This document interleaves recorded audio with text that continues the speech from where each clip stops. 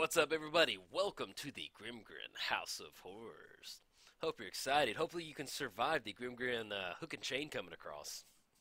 As far as opening hand goes, yeah, I rebooted Grimgrin. I'll kind of explain the changes here in a second. As far as opening hand goes, yeah, this is not the best, but we'll keep it. We have a little bit of ramp. We have a recurring outlet, sack outlet, or sacrifice creature for Grimgrin, and then we have a way to make sure Grimgrin stays untapped. So opponents on the play will let them do their thing. We're playing Grimgrin Corpseborn. He enters the battlefield tapped, does not untap during your next untap step, and then sacrifice another creature, untap Grimgrin, put a +1 counter on it. Then, whenever Grimgrin attacks, destroy target creature defending player controls. Then, put a +1 counter on Grimgrin. Playing against Meren of Clan Nel Toth. I mean, it's always like a kind of like a tongue twister on that one. I always have trouble saying that one. It didn't seem like it'd be that hard, but you're just kind of like, oh, like your brain kind of does. I don't know. Get down the marsh flats. Anything else? Now we're going to go and pass the turn. Whenever a creature you control dies, you get an experience counter at the beginning of your end step. Choose target creature card in the graveyard. If that card converted mana cost is equal or less than the number of experience counters you have, returns to the battlefield. Otherwise, put it into your hand. And I do apologize for reading that really quick. If you want to know what Meren does, pause the video and go look it up. I like to read it for you. That way, you can at least if you don't know what the commander does, you can at least hear it really quick. But the main reason I do that is to make sure that we stay ahead on the clock, that we don't get behind on time. Right now, our opponent's behind on us, so that's exactly how I like it. I like making sure that we can give commentary, give some nice little gameplay, and make sure that we're not eating up too much of the clock because, yeah, it's not fair to our opponents. So let's go and crack the marsh flats. Let's go and grab the sunken hollow. It's going to kind of play tap right now. And then next turn, see what we're going to go for. See what we draw into. Draw into a Drowned Catacomb. Let's go ahead and get the, I guess we're going to get the Drowned Catacomb down.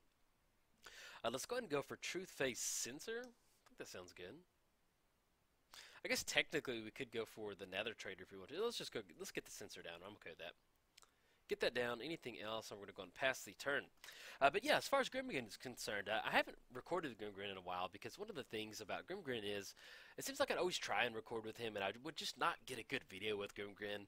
And I realized part of that was that I didn't have a good build of Grimgrin. Like, I had a zombie tribal deck in there, I had a ton of zombie lords in there, but at the same time you had all these, like, you know, if you're running Grimgrin, you need certain sacrifice creatures to make sure he's active. Stuff like Reassembling Skeleton, Nether Trader.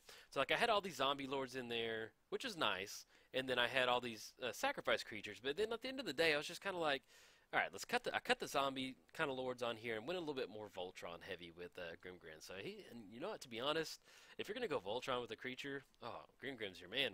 Look how cool he looks. Let's go ahead and nothing for 4. We're just going to get the Nether Trader down. Traitor, not trader, like a goods trader. Traitor. Get the Traitor down. Get down the Watery Grave. Not going to pay 2 on this one. Yeah, we're okay. Anything else? Now we're going to go and pass the turn. Kick out of our opponent. But yeah, so next time we're looking at Thran Dynamo. That's going to really kind of open us up on mana. Then we just have a ton of lanes in the hand. I cut a lot of the zombie lords in the deck. I also added a little bit more card draw in here. Everybody loves card draw. I love card draw. Then a few more Voltron pieces. I added Sword of Fire and Ice, Sword of Feast and Famine. I thought about adding Loxodon, which would have been nice, but I ended up not doing that because I didn't want to go super heavy Voltron. But yeah, I cut a lot of the Zombie Lord stuff out here, and I'm really happy with the build right now. So, and as you can tell, I spent a little bit of time on the new overlay. So it's kind of one of those, like, you look at Grimgrin, and, like, he's just such a cool looking commander. Like, he looks like one of those, he doesn't look like a Magic card. He looks like one of those, like, he looks like something like straight out of Resident Evil. Like, you're just walking on the way to the cemetery. Next thing you know, like, you hop into one of those Resident Evil cutscenes, and he's like knocking down some tombstones, and next you have a chase scene where you're trying to get out from underneath them. So, and I'm kind of happy the way we kind of rebranded the channel, not the channel, rebranded Grimgrin as kind of like the House of Horrors guy. Like, you're trying to go into the house and survive Grimgrin from attacking you. Like, you're kind of creeping around. It reminds me of a video game. I can't remember which video game it is, but it's like, it's really like, I was a Resident Evil person, but I was not a Silent Hill person. A little too spooky for me. Yeah, and even I love Resident Evil, but yeah, man, I get real scared playing the game, and I had to just not play it. I was playing it real late at night one time, and I just had to cut it out. Wasn't that good? Got a little too scared for me, for my own good. Let's go ahead and get the Scalding Tarn down. I think we're gonna go for that. I'm just gonna go swamp on this. We have tons of swamps. Let's go Thran Dynamo. We're gonna have we'll have access to 8 mana next turn. We can go for Grimgrin and have a little bit extra to make sure we equip the Truth Face Sensor on there. Then we can sacrifice to the Nether Trader on there. Do we want to go haste? It does have Shadow on there. I guess we can just go and swing in. We'll go and equip it on there. Why not? Let's have some fun. Nether Trader does have Shadow. Can only be blocked by creatures with Shadow, so we'll go and go for that. I guess we probably could have swung in earlier. I forgot he had Shadow. But yeah, let's go and swing in for 2. Going to the red zone, swinging in for 2. That's going to have Shadow, Haste, swinging in for 2, put him down to 29. And then we'll have Vigilance off that. So next turn, we'll kind of re-rack on mana once we kick it over to our opponent's turn. Anything else? No, go ahead, buddy. Here you go. But yeah, so as far as mana is concerned, we have 1, 2, 3, 4, 5, 6, 7. Land drop's going to be 8. So that'll be Grimgrin for 5, and then we'll have 3 mana left over, which will be perfect for 2 for Truth Face Sensor. And then we can actually sacrifice the Nether Trader to get it on there. So, and then all we really need to do is get another sort of creature into the graveyard to have that active, and we can start untapping with it. But once we untap it, and then we get down the Truth Face Sensor, well, actually, it's going to have Vigilance, so we don't really have to worry about a recurring sack outlay with that. So we should be in a good spot. And we're playing against Meren, and we have not seen Spore Frog, so I'm happy. There's no Spore... well, hold on. Is this Spore Frog? Okay, Secure Tri-Builder. Yeah, this is... I always enjoy playing against Meren. It gets a little... but it's a little linear sometimes, a little busted, some of the stuff they do. But I'm happy we're not playing against Spore Frog, so I'm A-okay with that. But yeah, I'm really happy with the changes I've made to Grimgrin, and I can't wait to get more videos of him out. It's almost kind of like I'm excited to be playing him again, because I would just always associate Grimgrin with us not doing good. And then, oh, can blocking be blocked by creatures with Shadow? Excuse me, I was like, we can block on Deathrite, but nope, can't do that. And then they do have 2 experience counters, so they're going to be able to start bringing back the Secure Tri-Builder now. Let's see what we draw into Ruinous Path. Okay, let's go ahead and get these Swamp down. Let's go ahead and go for Grimgrin. I think I like that. Let's go Grimgrin. That's going to be 1, 2, 3. And it's such a cool name to say, Grimgrin. Love it. Feels good. Let's get down Grimgrin. We could blast Meren and make it to where they have to cast it next turn. Because that's going to be at the beginning of your instep, and Ruinous Path is going to be it's sorcery speed. And the next turn we'll still be able to swing in. Let's go and swing in with the Nether Trader. We're going to be able to swing in for 2. I think I like that. Yeah, let's go and swing in for 2. It's going to put him down to 27. And then we still have the option to sacrifice Grimgrin. Excuse me, sacrifice the Nether Trader, and then untap Grimgrin to kind of block anybody last minute. Puts him down to 27. Yeah, let's go and take care of... let's kind of go for a tempo play and kind of take care of Meren. I like that. Let's go triple black. Because either way, if we still put the Truth Face Sensor on Grimgrin, then we can still do it next turn. We'll have the mana. So it's going to take care of Meren, and then sacrifice, get a nice little experience counter in response to that. Search your library for a land card, put it on the battlefield. And that's going to put them at 6 mana. So that's going to be 1, 2, 3, 4, 5, 6. Yeah, so that's going to be a nice little chunk of mana for them to go for next turn, which will allow us to get in a spot to where we can start swinging with Grimgrin and start blasting some of those creatures off the board. That's, to me, that's the best part about Grimgrin, is there's just something so mechanical that he doesn't untap, enters the battlefield tap, so you're going to have to sacrifice a creature to get him untapped. And then when you start attacking, you need to start killing creatures, and I can just see him like Mario 64 style, just like spinning, like how you spin Bowser. I can see him just like spinning that hook over his head and just like, bam, just like smashing down the snake or whatever, little snake dude. So, but yeah, I'm happy to have a good build of him. That's really nice. That's really important. Putrefy on Grimgrin. Okay, you got it. But I think we still might have enough mana to go for it again next turn. That's going to be 1, 2, 3, 4, 5, 6, 7, 8. Yeah, that'll be 9 mana, so we can go for it again. But yeah, and if you've been a subscriber to my channel, you've noticed Grimgrin before. What I'm doing is I'm going back through and I'm reworking some of my older decks. Like, I haven't played Karametra Hive Queen in a long time, and so I'm thinking about, like, I still want to play Karametra because I really enjoy the landfall aspect to it, but I'm thinking about reworking that deck, like my Omnath Party Bears. I like the deck, but it's kind of just really more of a bear style deck. Like, somebody suggested a Teamer bear deck, which actually sounds kind of fun, so I may end up doing that. So basically, as far as new decks that are coming out, I'm going to kind of put those on hold. I mean, I'm going to do, when a new set comes out, I'm doing all the new commander stuff when a new set comes out. I'm just not doing like new commanders right now. like for the next couple weeks or so, until I can get caught up. Because I like having Grimgrin have a nice looking overlay and a nice looking thumbnail. That's really stuff like that matters to me. Okay, see what we drew into, or see what we draw into. Excuse me. Use Presence 10. Hopefully we can draw into something nice. They've got a nice little board state developed. And then they kick over to us, and then we are at 16, so we're going to at least have to watch out for Chainer's Edict. Okay, not the best. I mean, worse things could have been drawn. Let's go ahead and get these swamped down. We have one island in here as a basic. Let's go and get Grimgrin down. It's going to be 1, 2, 3 off the Thran Dynamo. There we go, 1, 2, 3. And then blue and black. And then we could still go for a Chainer's Edict if we want to. The only thing is Grimgrin's not going to have haste, so I think at this point we're still just going to go and wait. Because if we go Chainer's Edict, then they go secure Tri-Builder. Well, at least kind of force them to get a little more action off the battlefield. They can bring it back next turn, though, and kind of sacrifice it, so it won't really be that much of an option for them if we go Chainer's Edict. So let's just hold on to Chainer's Edict, that way. Well, now that they've gone the secure Tri-Builder crack, we're definitely going to go for it now, because at least we'll be able to catch Deathrite Shaman or the Prowler Serpapod. Yeah, that's unfortunately. This is one of those where our opponents should probably just doing it just to, should have been done at their instep. But well, I'll go ahead and it'll give us a little bit more value off the Chainer's Edict. So I'm going to choose our opponent on this one. Yeah, I'm guilty of that too sometimes. But hey, sometimes that happens. Sometimes you got to do stuff like that at the end of your turn. Chainer's Edict, get rid of Deathrite Shaman. They're going to get an experience counter on that. So it really just leaves Meren, and then we can actually untap Grimgrin and put the True Faith on it next turn. So we can stop Meren from swinging in and stop the prowling cat snake from coming across, stealing our catnip. Grimgrin likes his catnip. But yeah, so and if you've noticed on my channel, my thumbnails, they've gotten gradually better over time, especially within the last 3 or 4 months. And that's just because I'm getting better at using Photoshop. I'm learning new stuff every day, and I'm really enjoying making sure that all my decks look good, making sure all the overlays look good.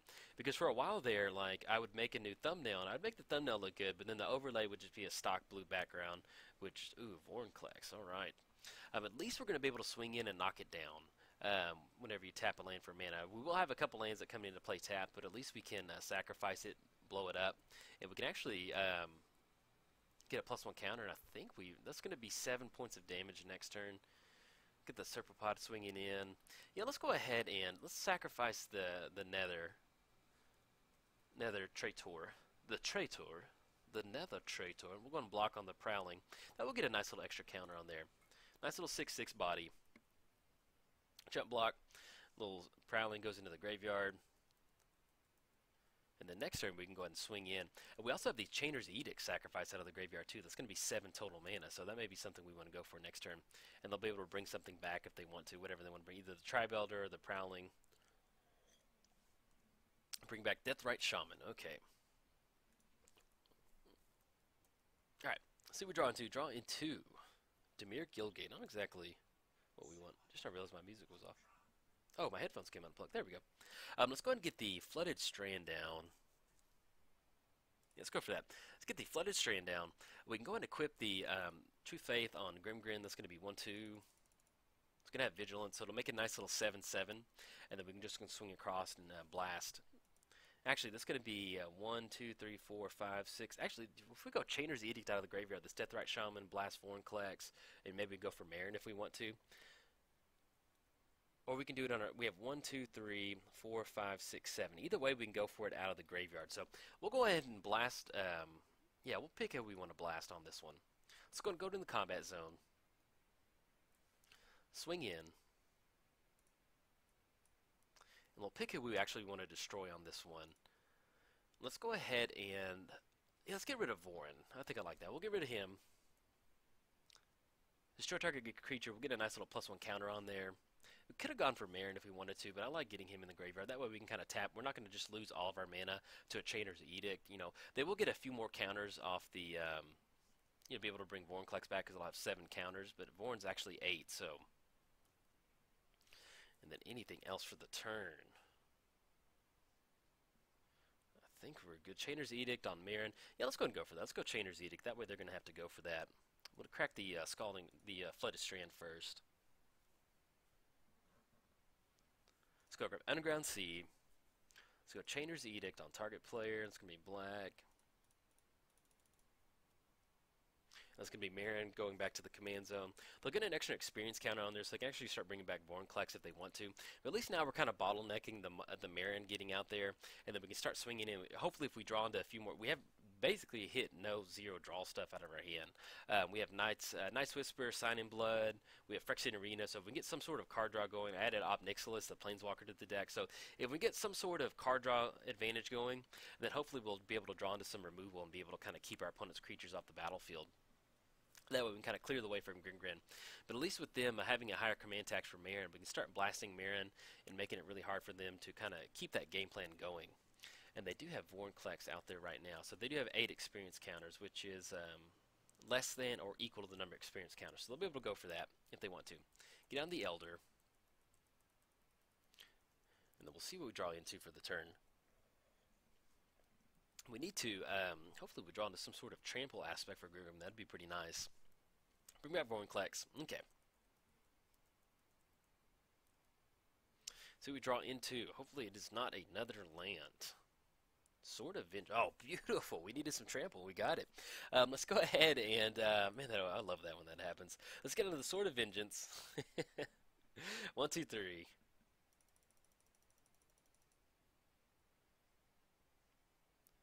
And then let's go and get the sword on Grimgrin. Unfortunately, we're gonna have to go for tap out on this one, but we're not gonna really lose that much. We're just gonna be 3 lands on this one. They're not gonna be able to untap, or at least we're gonna get the sword on there. Oh, beautiful draw. Thank you, Magic Gods. Get that on there. That's gonna be a nice little +2/+0. We'll be able to blast Vornclex and really start putting in some nice little damage on our opponent. Hard to make the land drop for the turn. You think, yeah, let's go and swing in. Let's go into the red zone. And if we want to, we can just keep blasting Vornclex. That way, now with the trample ability, we can keep him off the battlefield, keep them off that mana, and now that we have trample, we're going to slowly keep getting those +1 counters on there. And when it's just a 3/4 and a 2/1 out there, then hopefully we might be able to kind of slowly chip shot that commander damage in. They only have 5 points of power right now to block if they want to, so I'll be able to push past the Elder. They only have 1 card in the hand, 0 cards in the hand, excuse me, too. All right, deal 1 damage. The Elder goes into the graveyard.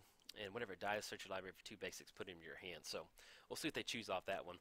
But we are at 10 total commander damage. Now, as far as what we have going on with Grimgrin, we have First Strike, Vigilance, Trample, and Haste.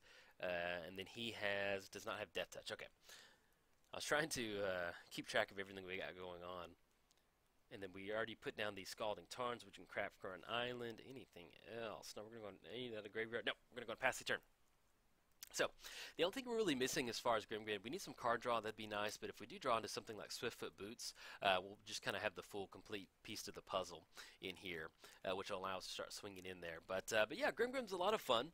I'm really happy I added a few more Voltron pieces in there. I've been really happy with that because, and that's one thing as far as building a deck in Magic is that, you know, if your deck is just good at 3 or 4 things and it's not good at one good thing, then it's a little hard for you to kind of, you know, make sure you have a really good deck, and that's what my Grimgrin deck suffered from.